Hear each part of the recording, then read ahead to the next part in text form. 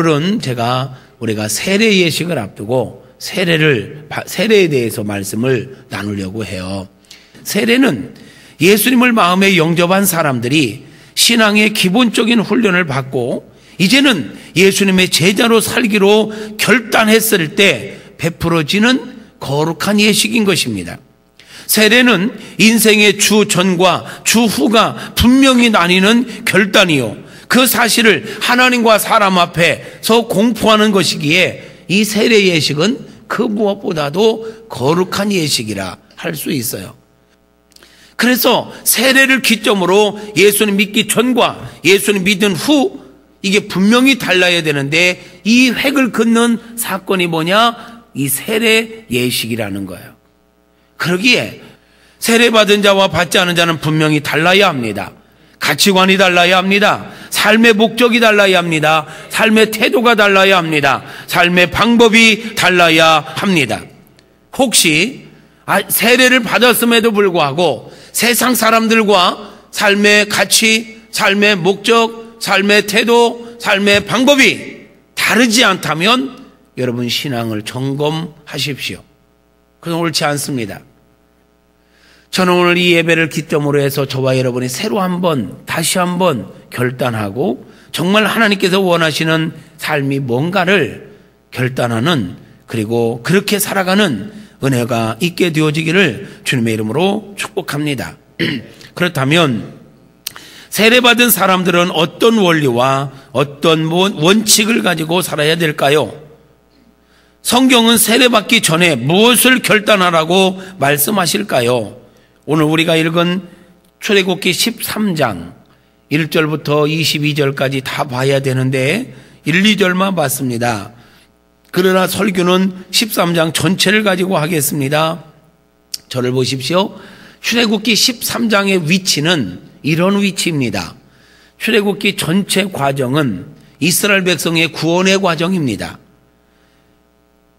하나님의 은혜로 애굽에서 구원받았고, 구원받은 하나님의 백성들이 하나님의 사람으로 살기 위해서 광야 훈련을 거치게 되고, 광야 훈련을 통해서 하나님과 늘 교제하는 그런 자리로 나아가는 이 민족이 구원받아서 하나님의 사람으로 성장해 나아가는 과정을 그리고 있는 게 출애굽기입니다. 이것을 우리 개인에게 적용시켜 본다면 악한 원수 마귀에게 사로잡혀서 종로로 타고 죄에 빠져 죽을 수밖에 없던 인생들을 예수 그리스도의 보혈로 구원해서 이제는 구원받은 하나님의 백성들이 어떠한 훈련들을 통해서 하나님의 온전한 사람으로, 그리스도의 예수님의 온전한 제자로 세워져 갈 수 있을까? 그리스도의 장성한 분량에 이르기까지 성숙한 사람으로 나아갈 수 있을까를 잘 그려주고 있는 게 출애굽기입니다. 그 중에 중요한 게 이 출애굽기 13장의 위치가 어디냐면, 출애굽기 12장은 이스라엘 백성들이 애굽에서 구원받은 사건을 기록하고 있는 장입니다. 다시 말하면 구원장이요, 구원장. 출애굽기 14장은 이렇게 구원받은, 12장에서 구원받은 이스라엘 백성들이 홍해바다를 건너는 사건입니다. 홍해바다를 건너므로 이제는 더 이상 애굽과 단절하고, 애굽과는 완전히 단절하고 이제는 하나님께 속한 자로 살아가게 되는 시점이 바로 이 홍해바다를 건넌 사건입니다. 자, 그런데 사도 바울은 이스라엘 백성들이 홍해바다를 건넌 이 14장의 사건을 두고 뭐라고 표현하냐면 세례를 받은 거로, 민족적 세례를 받은 것으로 표현을 합니다. 13장에서 그럼 뭘 이야기할 것 같아요? 구원받은 사람이 세례받기 전에 뭘 결단해야 될지를 말하고 있는 게 출애굽기 13장인 것입니다. 출애굽기 13장에서는 세 가지를 우리에게 말씀하고 있습니다. 자, 그러면 구원받은 사람들이 세례받기 전에 결단해야 될 세 가지가 있다는 얘기예요. 이 세 가지를 결단한 사람이 세례받는 것입니다. 이미 세례를 받으신 분들이요, 오늘 말씀을 잘 들으시면서 나는 이미 세례를 받고 직분도 받고 저까지 가 있는데 세례받기 전에 결단해야 될 부분들을 아직도 결단하지 못한 부분들이 있다면 새롭게 결단하시고 이거 반드시 패스할 수 있기를 축복합니다. 오늘 세례받는 분들, 앞으로 세례받을 분들도 오늘 말씀을 잘 들으시고 아하, 세례받기 전에 기본적으로 결단해야 될 게 이것이로구나 깨닫고 결단하는 은혜가 있기를 바랍니다. 자, 그러면 구원받은 사람이 세례받기 전에 결단해야 될 게 뭘까요? 첫째는 첫 것을 드리는 신앙생활을 하라고 성경은 교훈하고 있습니다. 오늘 우리가 1, 2절을 읽었어요. 2절에 보니까 하나님께서 모세에게 불러서 말씀하십니다. 이스라엘 자손 중에서 사람이나 짐승을 막론하고 태에서 처음 난 모든 것은 다 거룩히 구별하여 내게 돌리라. 이는 내 것이니라. 이렇게 말씀합니다. 첫 것은 내 것이다. 하나님 선언입니다. 이미 12장에서 모든 사람이나 짐승의 초태생은 첫 것은 다 죽임을 당했습니다. 그런데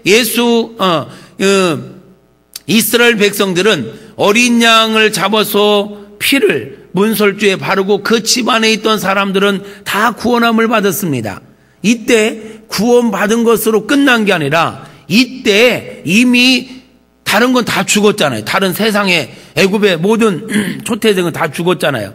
그런데 어린 양의 피로 구원함을 받는 순간 하나님께서는 이 모든 것을 그냥 너희 거야가 아니라 이미 내 거야 라고 말씀하신 거예요. 그러므로 그 이후에 모든 사람이든 짐승이든 물건이든 첫 것은 하나님의 것이 되는 것입니다. 그 지금 2절에서 그렇게 이야기하잖아요. 그리고 11절부터 16절까지 해서 다시 이야기합니다. 첫 것은 11절부터 쭉 보면 16절까지 첫 것은 내 거다. 그러면 세례받기 전에 구원받은 사람이 세례받기 전에 결단해야 될 게 뭐라고요? 첫 것을 하나님 앞에 드리는 신앙생활을 해야 된다. 첫 것이 뭘까요? 시간적인 개념으로 보면 첫 것은 우선, 먼저. 이해되세요? 우선, 먼저. 이게 첫 거예요. 여러분, 살아감에 있어서 언제나 먼저 하나님을 생각하시고 하나님께 먼저 다가가시고 하나님의 일을 먼저 하시고 하나님의 말씀 앞에 먼저 우선적으로 순종할 수 있기를 축복합니다. 먼저 너희는 그의 나라와 그의 의를 구하라. 사람이요, 먼저 할 일이 있고 다음에 할 일이 있어요. 이게 우선순위가 바뀌면 인생이 꼬이는 것입니다. 여러분, 하나님의 말씀대로 살면 우리 인생이 안정된다는 걸 믿습니까?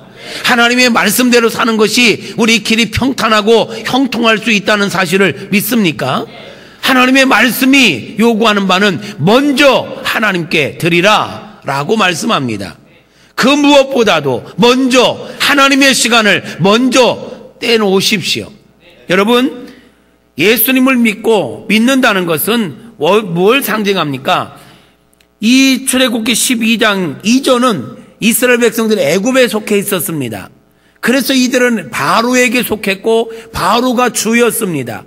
바로를 섬겼습니다. 바로가 주는 밥을 먹고 바로가 주는 모든 걸 받고 그래서 바로를 위해서 살았고 바로의 말을 들으면서 살았습니다. 근데 이들이 12장에서 출애굽하는 순간 이들의 주인이 바뀐 것입니다. 주인은 이제 하나님이십니다. 하나님을 위해서 살아야 됩니다. 하나님이 그러기 때문에 이때부터 하나님께서 이들을 책임져 주시지요. 보호하시지요. 먹을 게 필요할 때는 공급하시지요. 하나님께서 보호하시고 하나님께서 공급하시고 하나님께서 인도하시고 이게 바로 하나님의 통치 가운데 들어간 거예요. 자, 그러면 주인이 바뀐 거예요. 12장을 기점으로 바로에서 하나님으로, 마귀에서 하나님으로 주인이 바뀐 거예요. 예수님을 믿는다는 건 주인을 바꾼 겁니다. 아멘. 예수님을 믿는다는 건 악한 원수 마귀를 따라 살던 우리가 이제는 하나님의 사람으로 살겠다라고 결단하는 게 예수님을 믿는 것입니다. 그러면 여러분, 우리가 하나님을 나의 왕으로, 하나님을 나의 주인으로, 하나님을 내 인생의 최고로 모셨다면 무엇을 하든지 하나님 먼저 생각하는 건 당연해요. 당연해요. 사람끼리도 어른 먼저, 물 한 잔을 먹어도 어른 먼저. 우리가 배운 교육은 밥을 먹기 위해서 둘러앉아도 어른이 먼저 숟가락을 들은 다음에 숟가락을 들어라. 밥을 퍼도 어른 거 먼저. 식당에 가서 서빙에 올 때도 뭘 음식을 갖고 오면 어른 먼저 갖다 드리라고 하는 거, 이건 기본 아니겠어요?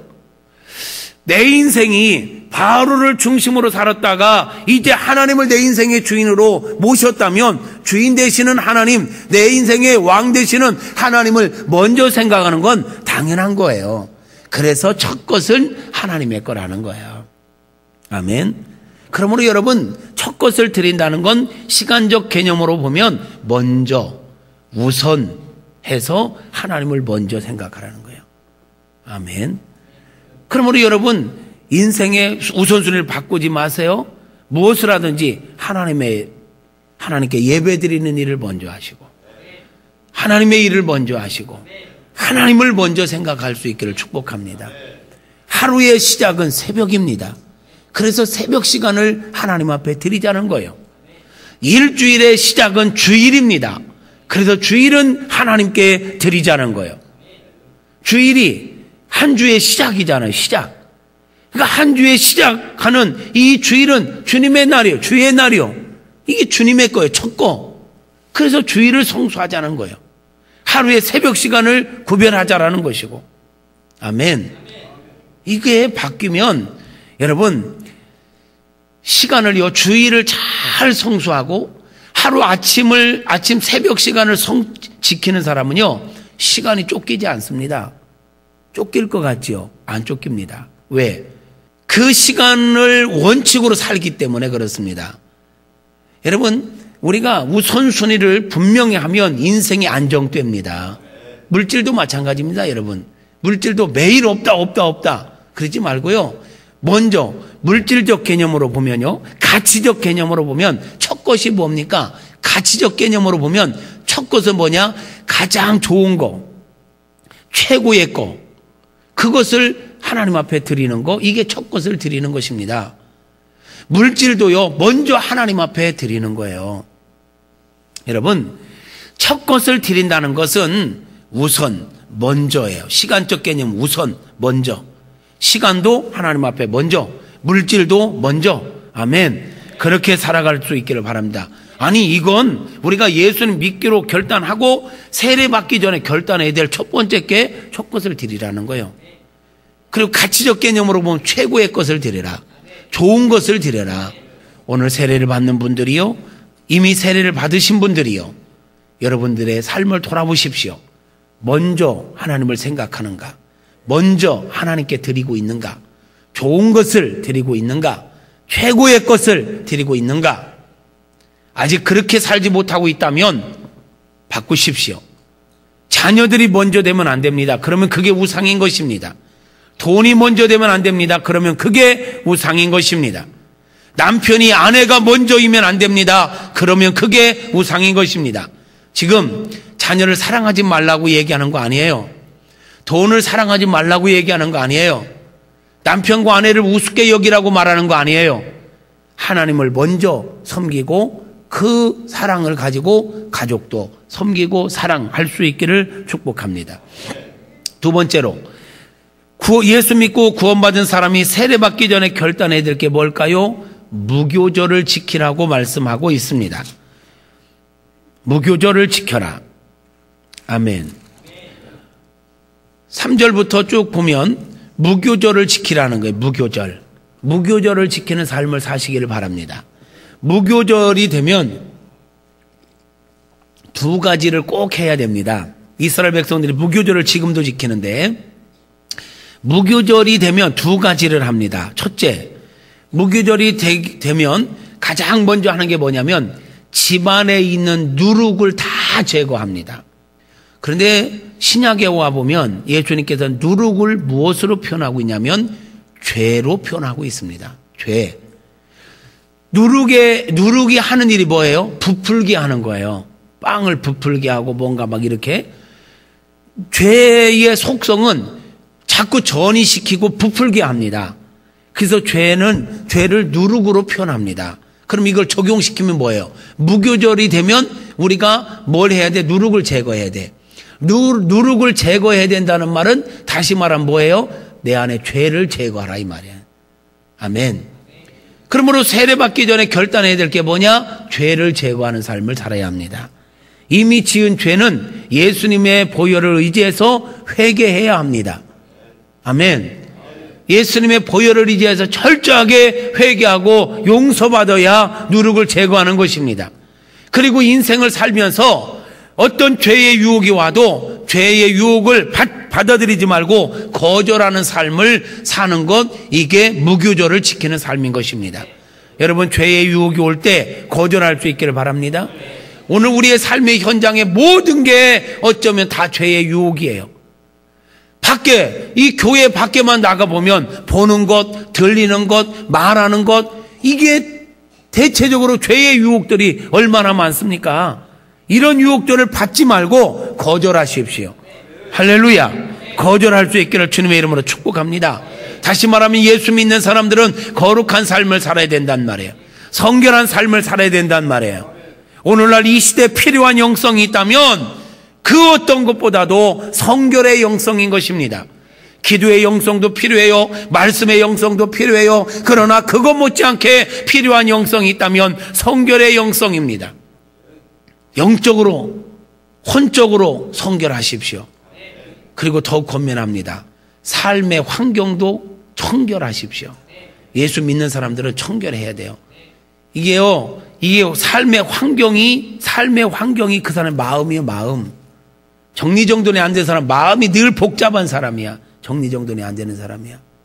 정리정돈하세요. 저는 우리 예수 믿는 사람들이요, 삶의 부분에서도, 생각에 있어서도 모든 부분이 좀 성결하고 청결하고 단정하기를 원합니다. 근데 참 그게 어려운가 봐요. 그러나 다시 한번 권면합니다.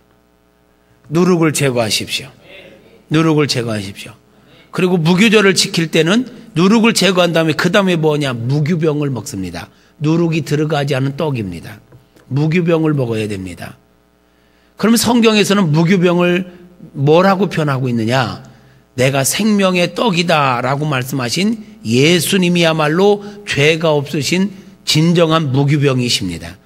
그러므로 우리는 예수님을 먹는 삶을 살아야 됩니다. 세례받기 전에 결단해야 될 게 뭐냐? 죄를 거절하고 그 다음에 무교병 되시는 예수님을 먹는 삶을 사는 것입니다. 예수님을 어떻게 먹느냐고요? 첫째, 성찬 예식에 참여함으로 예수님을 먹습니다. 둘째, 예수님은 말씀으로 표현됩니다. 태초에 말씀이 계시니라. 이 말씀이 하나님과 함께 계셨으니 이 말씀은 곧 하나님이라. 요한복음 1장 1절의 말씀입니다. 14절에 가면 말씀이 육신이 되어 우리 가운데 거하심에 그랬습니다. 말씀이신 예수님이 육신의 몸을 입고 이 땅에 오셨습니다. 그러므로 예수님을 먹는다는 것은 말씀을 읽는다는 것입니다. 말씀을 읽고 듣고 묵상하며 말씀에 의해서 살아간다는 얘기입니다. 말씀을 읽는 것으로 다가 아닙니다. 우리가 음식을 먹으면 그 음식이 내 속에 들어와서 내게 에너지를 주죠. 살아갈 힘을 줍니다. 원동력이 되는 것입니다. 음식은 말씀을 읽고 여기에 저장하고 끝나면 소용이 없습니다. 말씀에 의해서 살아가는 삶, 이게 바로 말씀에 지배받는 삶, 말씀 따라 사는 삶, 이게 무교병을 먹는 것입니다. 그러므로 여러분, 세례받기 전에 결단해야 될 게 뭐냐? 죄를 청산하고 그 다음에 말씀을 읽고 듣고 묵상하고 그 말씀의 인도함을 받고 말씀에 이끌려 사는 그런 삶을 살아가는 것, 이게 세례받기 전에 결단해야 될 두 번째 중요한 일인 것입니다. 무교절을 지킬 수 있기를 축복합니다. 할렐루야. 마지막 세 번째입니다. 마지막 세 번째는 17절부터 22절까지의 말씀입니다. 이스라엘 백성들이 구름기둥, 불기둥의 인도를 받지요. 밤에는 불기둥으로, 낮에는 구름기둥으로 하나님께서 인도하십니다. 구름기둥이나 불기둥이 떠올라서 진행하면 이스라엘 백성들도 쭉 진행해. 그거 따라서 진행해요. 그게 멈춰 서면 이스라엘 백성들도 멈춰 섭니다. 우리가 세례받기 전에 결단해야 될 게 뭐냐? 이제부터는 내가 불기둥, 구름기둥을 따라가리라. 그 결단하셔야 돼요. 그러면 불기둥과 구름기둥은 뭘 상징할까요? 성령을 상징합니다. 그러므로 이제 우리 예수 믿고 구원받은 사람들은 무엇을 결단해야 되느냐? 내 마음대로 살지 말고, 내 기분대로 살지 말고, 내 감정대로 살지 말고 성령의 인도대로 살아야 돼요. 성령의 인도받기를 주님의 이름으로 축복합니다. 아멘. 그런데 많은 사람들이 자기 감정을 따라요. 자기 기분을 따라요. 세상 풍조를 따라요. 그게 아니에요. 우리는 세상 풍조를 따르는 사람들이 아니에요. 내 감정을 따르는 사람들이 아니에요. 내 기분을 따르는 사람들이 아니에요. 성령을 따라야 돼요. 여러분, 뭔가를 하기 전에 물으세요. 이게 성령께서 인도하시는 것인가? 인도하시지 않는 것인가? 뭔가 하려고 하는데 찝찝합니까? 마음이 두렵습니까? 부담스럽습니까? 이거 성령께서 원하시지 않는 거야. 뭔가 결단할 때 내 마음이 평안이 온다, 기쁨이 온다, 이건 성령께서 원하시는 거야. 여러분이요, 성령께서는 우리 안에 잘못된 길을 갈 때는요, 불안하게 합니다. 공연히 막 염려하게 합니다. 두근두근 하게 됩니다. 여러분, 뭔가 죄를 지을 때는, 죄의 유혹이 올 때 그 죄를 지을까 말까 할 때 가슴이 콩닥콩닥 해요, 안 해요? 죄를 지을까 말까 할 때는요, 가슴이 콩닥콩닥하고 누가 보는 사람 보고 얼굴이 막 빨개지고 막 이래요. 나는 죄 짓는데 전혀 감각이 없던데요. 이건 양심이 화인 맞은 거예요. 이거 회개해야 될 일이요. 네? 성령께서 우리 안에서 일하시는 거예요. 그런 건 안 해야 되는 거야. 그런 거는 아예 이건 하나님 막으시는구나 하고 포기해야 돼요. 성령께 원하시는 대로, 성령께서 감동 주시는 대로 그렇게 살아갈 수 있기를 주님의 이름으로 축복합니다. 자, 보세요. 정리하겠습니다. 우리는 예수님을 믿음으로 주인을 바꾼 거예요. 마귀가 아니라 하나님을 내 인생의 주인으로 모신다면 먼저 최고의 것을 드리는 건 당연한 거예요. 우리가 섬기는 하나님은 거룩하신 분이에요. 내가 거룩하니 너희도 거룩하라 했어요. 거룩하신 그분과 우리가 동행하려면 내가 거룩한 건 당연한 거예요. 그렇죠? 당연한 거예요. 그리고 그분이 말씀하시는 것들에 의해서 살아가는 것은 당연한 거예요. 그게 통치받는 거예요. 하나님의 통치 가운데 있으면서 내 마음대로 산다? 말씀의 인도를 안 받는다? 이건 아니죠. 그리고 하나님이 내 인생의 주인이시라면 그분께서 우리를 이끌기 위해서 성령을 보내주셨고, 성령이 때마다 시마다 우리 안에서 감화 감동시키는데 그것을 무시한다? 그걸 거부한다? 이거는 아니죠. 그러니까 세례받기 전에 결단해야 될 거, 이거는요, 어려운 게 아니고 복잡한 것도 아니고 고차원적인 게 아니라 가장 기본적인 거 아니에요, 여러분?